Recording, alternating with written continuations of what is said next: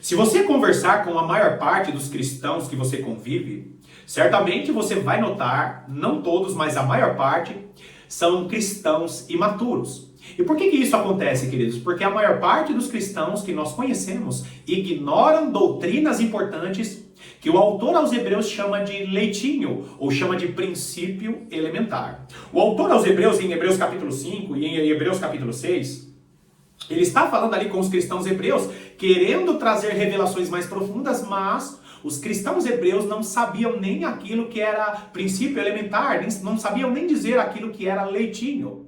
E aí quando nós olhamos, ele falando a respeito dessas doutrinas chamadas de doutrinas iniciais ou princípios elementares, o leitinho da palavra de Deus, no meio dessas doutrinas estão doutrinas como a doutrina da ressurreição dos mortos e a doutrina do juízo eterno. Só que coligada à doutrina da ressurreição dos mortos está a doutrina do arrebatamento. Não tem como falar sobre ressurreição dos mortos sem falar sobre arrebatamento.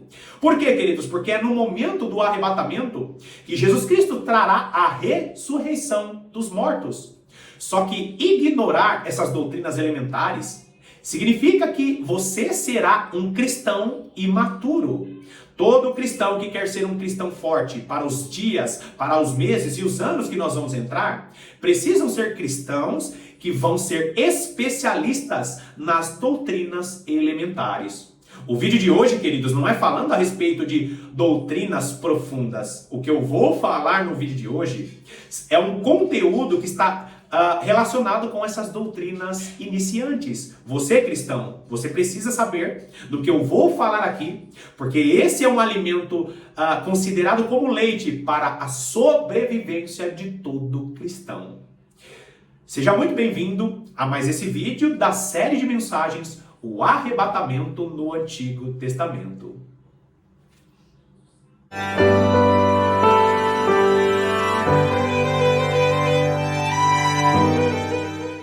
Se você conhecer algum cristão que diz assim, olha, eu não tenho tempo para assistir esse vídeo porque esse vídeo é muito longo, ou eu não tenho tempo para meditar muito na palavra de Deus, é por isso que eu leio só um versículo, às vezes eu leio um capítulo. Todo aquele que não dispõe tempo para meditar na palavra de Deus, certamente está diante de nós um cristão imaturo.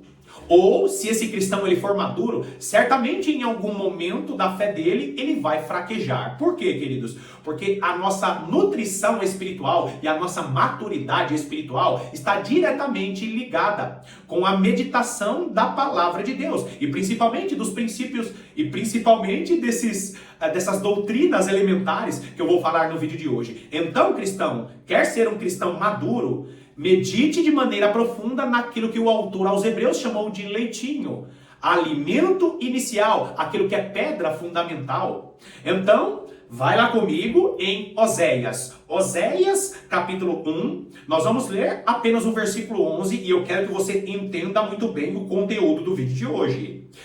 Muitos teólogos, principalmente os pré-tribulacionistas, eles vão dizer que a igreja não passará pela grande tribulação. Por quê? Um dos motivos é que o Antigo Testamento não tem relato nenhum de arrebatamento. E eu vou mostrar para você que existe sim relatos de arrebatamento no Antigo Testamento. Qual que é a grande questão do arrebatamento no Antigo Testamento? É que para os servos do Senhor daquela época, o arrebatamento no Antigo Testamento era um mistério. E aí Deus começa a revelar no Novo Testamento, na Nova Aliança, para aqueles que receberam essas revelações, o apóstolo Paulo, o apóstolo João, eles receberam a revelação do arrebatamento não como se fosse algo do nada. Eles receberam com Deus fazendo a conexão com o Antigo Testamento. Eu vou mostrar para você. Boa parte das coisas que eu vou falar para você hoje, mostrando textos do Antigo Testamento, você vai ver a relação com o Novo Testamento. Ou seja, as revelações que o apóstolo Paulo, que o apóstolo João, que o apóstolo Pedro receberam sobre o final dos tempos, todas essas revelações que está para o final dos tempos têm relação com o Antigo Testamento. Eles não receberam profecias inéditas, revelações inéditas para os últimos dias. Todo teólogo que dizer para você que o apóstolo Paulo, o apóstolo João receberam revelações novas para o final dos tempos, esse não sabe que Deus ele não trabalha dessa maneira. Quando Deus ele traz as revelações para o Novo Testamento ou para os últimos dias, ele faz conexões com o Antigo Testamento, porque a Bíblia que os servos do Senhor que receberam revelações de Apocalipse, por exemplo, a Bíblia que eles tinham na mão era o Antigo Testamento. Então Deus usa a sua palavra para confirmar as revelações dos últimos dias. Vai lá comigo em Oséias capítulo 1, nós vamos ler apenas o versículo 11. E eu já vou resumir esse versículo 11 para você. No versículo 11 nós temos a doutrina das duas casas de Israel. Nesse versículo 11 nós temos falando a respeito da ressurreição dos mortos e do arrebatamento. Você já está vendo o versículo aí na sua tela? E tem todas essas doutrinas. E ainda tem mais. Ainda fala a respeito de Jesus Cristo, aquele que vai reinar sobre as nações. Olha o que diz o versículo 11. Os filhos de Judá e os filhos de Israel se congregarão e constituirão sobre si uma só cabeça. E subirão da terra, porque grande será o dia de Jezreel. Esse é um texto que eu já mencionei aqui em várias vezes em vídeos do canal. Bom, primeiro ele está falando a respeito dos filhos de Judá e dos filhos de Israel. E você que conhece bem a história de Israel, a história da divisão do reino, você que conhece o ensino das duas casas de Israel, sabe muito bem que os filhos de Judá e os filhos de Israel se congregando e constituindo sobre si uma só cabeça, nessa época de Oséias, era algo impossível. Por quê? Porque Oséias está profetizando em um período em que o reino de Judá e o reino de Israel, o reino do norte, estavam separados. Aqui estava acontecendo a divisão das 12 tribos. 10 tribos foram chamados de o reino do norte, as 10 tribos cuja capital era Samaria, as outras 2 tribos cujo reino era a capital era Jerusalém, era o reino do sul, o reino de Judá. Nós vemos aqui a divisão das 12 tribos separadas em 2 reinos, reino de Judá, reino de Efraim ou reino de Israel. Quando o profeta ele fala que chegará um tempo que essas tribos serão reunidas e constituirão sobre si uma só cabeça, o que ele está dizendo? Eu vou unir de novo as 12 tribos, porque essas 12 tribos vão congregar e vai ter uma cabeça que vai estar liderando essas 12 tribos. Só que, queridos, quem é aquele que é a cabeça que foi constituída para reinar sobre Judá e sobre Israel? É Jesus Cristo, a cabeça que trará de novo, só que agora trará as 12 tribos espirituais. Esse é um mistério que eu explico no nosso vídeo do estudo As Duas Casas de Israel. Eu explico isso. Por que está mencionando Judá e Israel? Então, de Judá, a salvação dos judeus. De Israel, a salvação dos gentios. Então, queridos, quando nós olhamos Deus profetizando através da boca de Oséias, o que ele está nos mostrando aqui? Que por causa do sacrifício de Jesus Cristo na cruz do Calvário, Deus estará salvando judeus e gentios. É um ensino maravilhoso para que entendamos quem são as duas testemunhas de Apocalipse capítulo 11. Só que isso só pode acontecer com aqueles que recebem Jesus Cristo como Senhor e Salvador. Ou seja, judeus e gentios precisam receber Jesus Cristo como Senhor e Salvador. Só que o tema do vídeo é o quê? O arrebatamento no Antigo Testamento. E nós temos aqui o arrebatamento. Por quê? O texto continua. Essa cabeça foi constituída, Jesus Cristo, e por causa desse que é o cabeça, Jesus Cristo, eles subirão da terra. O que é subir da terra? É a ressurreição dos mortos. E em vídeos anteriores eu mostrei para você que a ressurreição dos mortos é uma doutrina que está ligada à doutrina do arrebatamento. O pré-tribulacionismo quer separar o arrebatamento da ressurreição dos mortos. Só que não tem como separar, porque o apóstolo Paulo, ele nos mostra em 1 Tessalonicenses capítulo 4. Eu expliquei isso no primeiro vídeo dessa série. Você precisa assistir. Então, esse que é o cabeça, ele promove o quê? O seu povo que descende de Judá e de Israel, eles subirão da terra. Por que eles subirão da terra? E o texto é lindo, ele continua. Porque grande será o dia de Jezreel. A palavra Jezreel era um lugar, Jezreel é uma localização. Só que a palavra Jezreel, ela é colocada aqui de maneira estratégica. Por quê? Porque é muito comum na palavra de Deus o nome de pessoas ou o nome de lugares representar algo que Deus está fazendo ou representar algo que Deus está designando.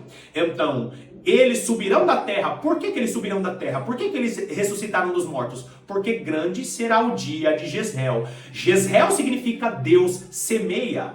E aí, queridos, quando você vai lá para João capítulo 12, nós vemos o nosso Senhor e Salvador Jesus Cristo explicando o dia em que Deus semeou. Grande será o dia em que Deus semeou. O nosso Senhor e Salvador Jesus Cristo, em João capítulo 12, ele está recebendo a visita de alguns gregos. Os discípulos conduzem aqueles gregos para falar com Jesus. E ali Jesus fala para eles, olha, eu não posso, eu estou parafraseando, tá? Jesus em João capítulo 12, a partir do versículo 20, ele não recebe aqueles gregos, por quê? Porque ele diz assim, olha, primeiro o grão de trigo precisa cair na terra, para que aconteça a salvação de judeus e gentios primeiro. Jesus Cristo morre na cruz do Calvário, é semeado na terra. Grande foi o dia em que Jesus Cristo foi semeado na terra. Grande foi o dia de Jezreel. É por isso que veio a salvação de judeus e gentios. Por causa disso que Jesus fez. O sacrifício de Jesus Cristo na cruz do Calvário. A sua morte e ressurreição proporcionou. A morte vai proporcionar a morte e ressurreição daqueles que descendem de Judá e de Israel ou de Efraim.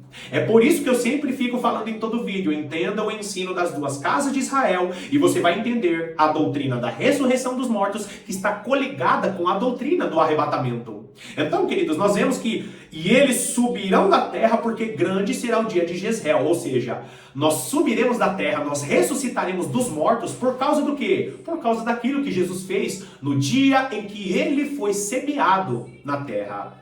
Agora, queridos, se você não assistiu aos vídeos anteriores e entende que a doutrina da ressurreição dos mortos está ligada com o arrebatamento, certamente você vai dizer como a maior parte dos cristãos pensam. Não importa se vai ser antes ou depois, você vai relativizar um ensino importante principalmente para o final dos dias. Agora, a doutrina da ressurreição dos mortos coligada com o arrebatamento é tão importante que nós vamos ver os profetas, às vezes, falando de maneira codificada em vários textos. Olha o que diz ainda o profeta Oséias. Oséias, capítulo 13, nós vamos ler os versículos 13 e 14. Olha o que diz o versículo 13.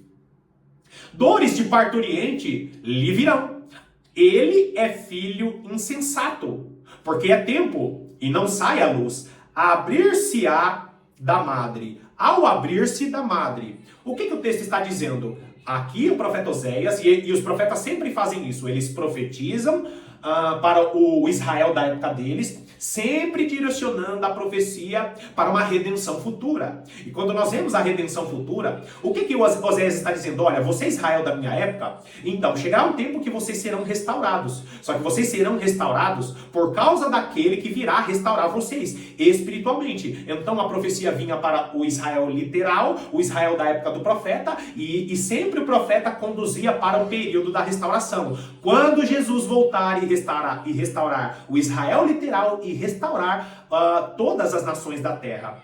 Então ele está dizendo o quê? Olha, vocês vão sofrer no período das dores de parto, e grava bem isso.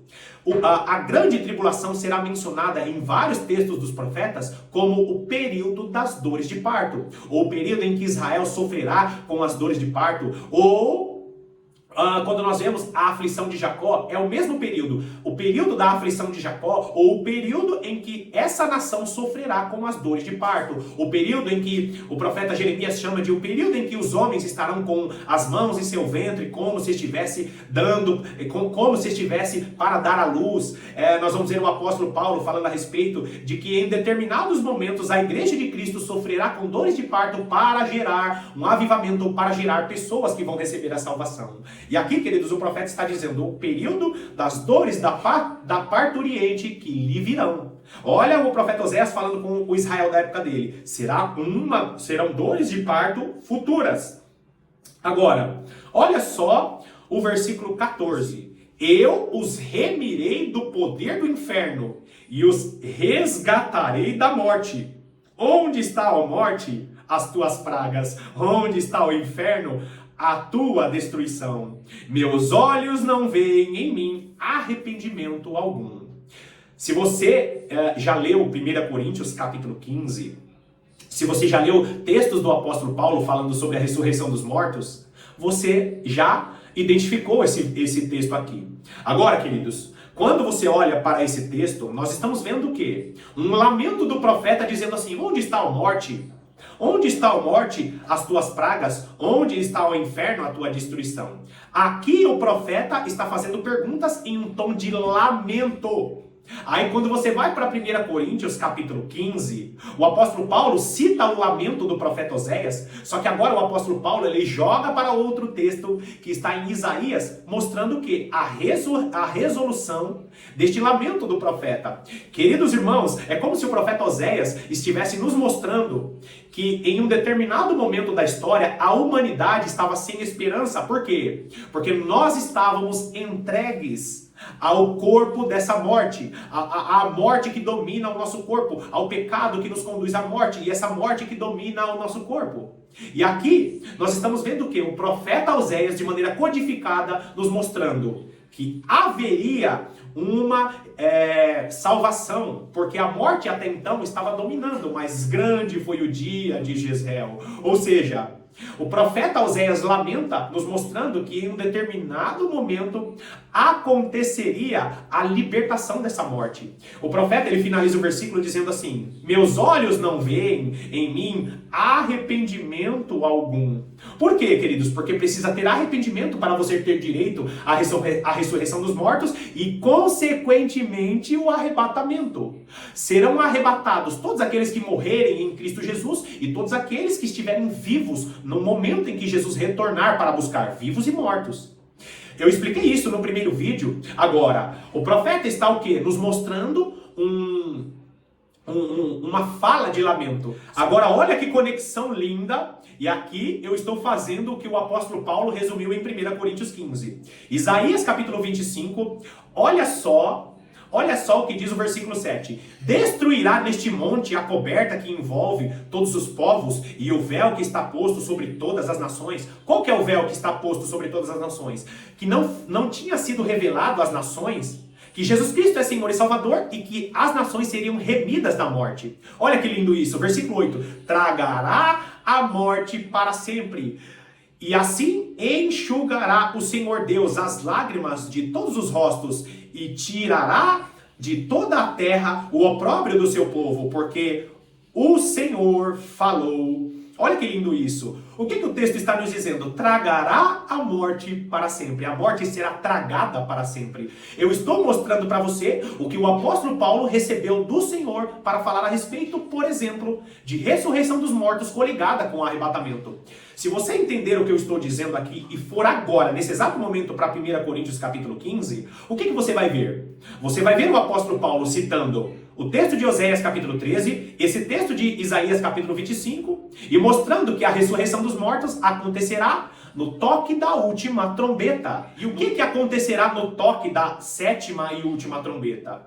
A vinda de Jesus, a ressurreição dos mortos e, na sequência, o arrebatamento. Ou seja, queridos, quando a trombeta soar, Jesus Cristo vai vir, ressuscitar os mortos e, na sequência, aqueles que estiverem vivos serão juntamente arrebatados, vivos e mortos. Os mortos ressuscitam, os que estiverem vivos serão arrebatados juntamente com aqueles que receberam a ressurreição dos mortos. Como eu falei no vídeo anterior, o vale de ossos secos que se torna um grande exército. Como o pré-tribulacionismo pode explicar que não existe arrebatamento sendo mencionado no Antigo Testamento? É bem verdade que nós vemos ali um mistério escondido somado a essa doutrina da ressurreição dos mortos. Só que nós não podemos desconectar. Queridos, muitos não percebem que o pré-tribulacionismo é muito mais danoso do que nós pensamos. Não relativize a importância de meditar sobre o final dos tempos. Porque Deus estará usando essas doutrinas chamadas de leitinho, chamadas de princípios elementares. Deus estará usando essas doutrinas nos últimos dias para fortalecer os cristãos que precisam sobreviver ao período mais escuro da humanidade. E se você for um cristão que ignora essas coisas, certamente você não resistirá a esse período. Vou repetir o que eu tenho falado em todos os vídeos. Saber dessas doutrinas não é importante para a sua salvação, mas conhecer e se aprofundar nessas doutrinas será importante para a sobrevivência dos cristãos. Bom, queridos, finalizamos aqui mais esse estudo, mais essa meditação importante. Eu espero que Deus tenha falado poderosamente ao seu coração. Que Deus te abençoe e eu estarei aqui te aguardando para as próximas meditações.